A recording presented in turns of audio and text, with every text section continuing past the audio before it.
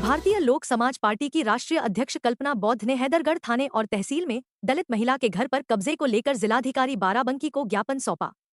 कल्पना बौद्ध ने बताया कि हैदरगढ़ थाने की निवासी पीड़ित गरीब महिला देवकी के घर पर मनबड़ दबंगों ने कब्जा कर रखा है और महिला थाने से लेकर एसपी कार्यालय तक चक्कर काट रही है, लेकिन को सुनने वाला नहीं है।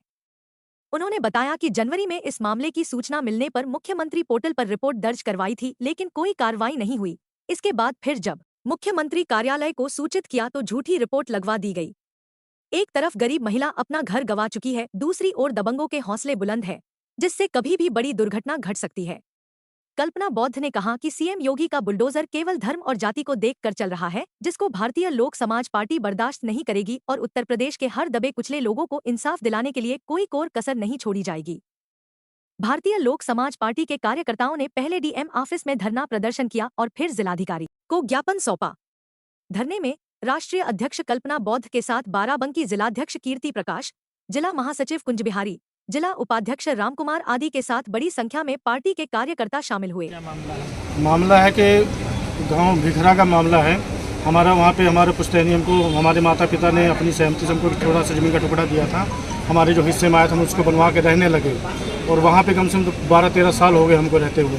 2023 में 24 तारीख को हमारी गैर मौजूदगी में एक मज़ा सबसे छोटा भाई था, वो उसकी पत्नी थी मीनू, अमृतसर से 1 साल उसके साथ रही, छोड़ के उसको भाग गई। वो दोबारा कभी लौट के नहीं आई। उसके जाने के बाद हमारा भाई बीमार रहने लगा, मानसिक तनाव में रहने लगा। जो लंबी बीमारी के चलते वो 13 अप्रैल 2021 में एक्सपायर कर गया। जब वो एक्सपायर कर गया तो हमारे पड़ोस के जो सीताराम हैं, उनकी पत्नी अमित और आनंद हमारे घर को आए दिन कब्जाने की कोशिश करते हैं। उनके पास जगह थोड़ी है तो हमारा घर कब्जे में लेने की कोशिश करते रहते थे। इसको मीनू को कहीं से ढूंढ लाए, कहते चलो हम तुमको घर में हिस्सा दिलाते हैं। हमारी गैर मौजूदगी में हमारे घर के अंदर उसको घुसा दिया गया तोड़फोड़ करके। हमने एसपी साहब से फ़ोन किया, कोतवाल साहब से फ़ोन किया, डीएम साहब से फ़ोन किया। उस समय फ़ोन करने के बाद कहता ठीक है जांच करने जाते हैं। जांच करने जो दरोगा जी वहाँ पे जाते, दरोगा जी खड़े होकर हमारे घर के अंदर सब तोड़ करवा के हमारे घर को करवा दिए। कहते तुम आओगे तुम्हारे ऊपर मुकदमा लिखा जाएगा। महोदय ने क्या आश्वासन दिया? मैं बता रहा हूँ। उसके बाद जब हम वहाँ से आए, जब यहाँ से दबाव बनने लगा, दोबारा रिमाइंडर लगाए तो हम थाने में गए। थाना दिवस लगा था। सीओ सुमित महाजन जी थे, लालचंद सरोज कोतवाल जी थे, नीरज कुमार दरोगा जी थे। हम थाने बैठे, हमने अपनी समस्या रखी। कहते ठीक है आपकी समस्या का निस्तारण कर दिया जाता है। जैसे ही एसडीएम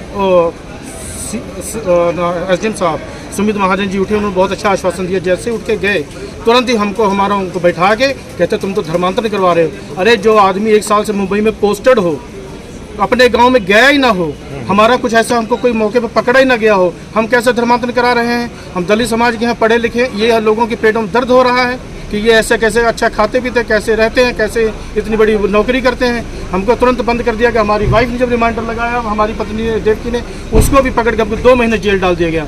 जब हम जेल से लौट के आए तो हम दोबारा फिर अपना रिमाइंडर लगाए। दरोगा जी कहते हैं ठीक आप अपने घर पे जाइए, हम जांच करने आते हैं। दरोगा जी जब जांच करने के हमारी पत्नी हमारी जब घर पे गई, एक वकील साहब थे उषा सिंह हैदरगढ़ से, वो भी गई। उस महिला ने चिल्लाया कि हमारा घर तोड़े डाल दे। हमारा ही घर, हमारे घर का बाथरूम जो हमारी पत्नी के नाम से शौचालय मिला है, 12,000 रुपये उसके मिले। सारी रिपोर्ट लगाने के बाद, साबित करने के बाद दरोगा ने हमारी वाइफ के ऊपर फिर मुकदमा लिख दिया और वहाँ से पुलिस ऐसे बैठा के लाई जैसे किसी गैंगस्टर को पकड़ के लाती है। और बार बार हमको प्रताड़ित किया जाता है, बार बार पीड़ित किया जाता है। हम तो भाग के थक गए हैं और हमारे घर पे सारा तोड़ फोड़ कर दिया गया, सब सामान चोरी कर लिया गया।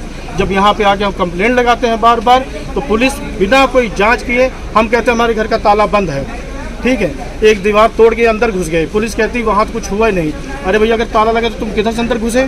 तुमने कौन सी जांच की? कोई वीडियोग्राफी की, कोई फोटोग्राफी की? जिसने मतलब आपत्ति की है उसकी तरफ से कोई साइन वगैरह लिया है, तो उसको सेटिस्फाइड किया कि तुम्हारी तरफ से कोई ना कोई आपत्ति लगाई गई या कुछ बार बार जो एप्लीकेशन लग रही? हमारे घर के अंदर सारा तोड़ फोड़ कर सारा सामान उठा लिया गया।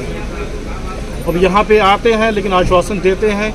आज हमारे राष्ट्रीय अध्यक्ष कल्पना बौद्ध जी को, जो सिस्टर जी को मालूम पड़ा इस बात का, तब ये आगे आए। तो इनके भी संज्ञान में 3 महीने हो गए हैं और सारी एक्टिविटी पुलिस की देख रहे हैं। कुछ भी जो गवाहों के नाम लिए गए, एक गवाह था उसमें गांव का प्रधान है, उसका लीवर का ऑपरेशन हुआ, आईसीयू अपोलो में भर्ती है, तो दरोगा ने रिपोर्ट लगा दी कि प्रधान जी ने कहा कि यहाँ पे कोई मामला नहीं हुआ है। दूसरे गवाह का भी उसका रिपोर्ट लगा दिया, उसको पूछा नहीं, नाम किसी का, फ़ोन नंबर किसी का, मामला बना दिया जाता और पैसे की हमसे डिमांड की जाती कि तुम पैसे दो। पैसा दरोगा मांगता है। तो हमारे हाथ से कितनी बार लिए, जब ना हो तो सजा नार्को टेस्ट करवा लिया जाए, हमको फांसी चढ़ा दिया जाए अगर हमको निकाल ना पाए जाए। कि इस तरह से योगी जी का, आदित्यनाथ योगी जी के प्रशासन में लोग बेखौफ होके इतने इतने गलत काम किए जा रहे हैं।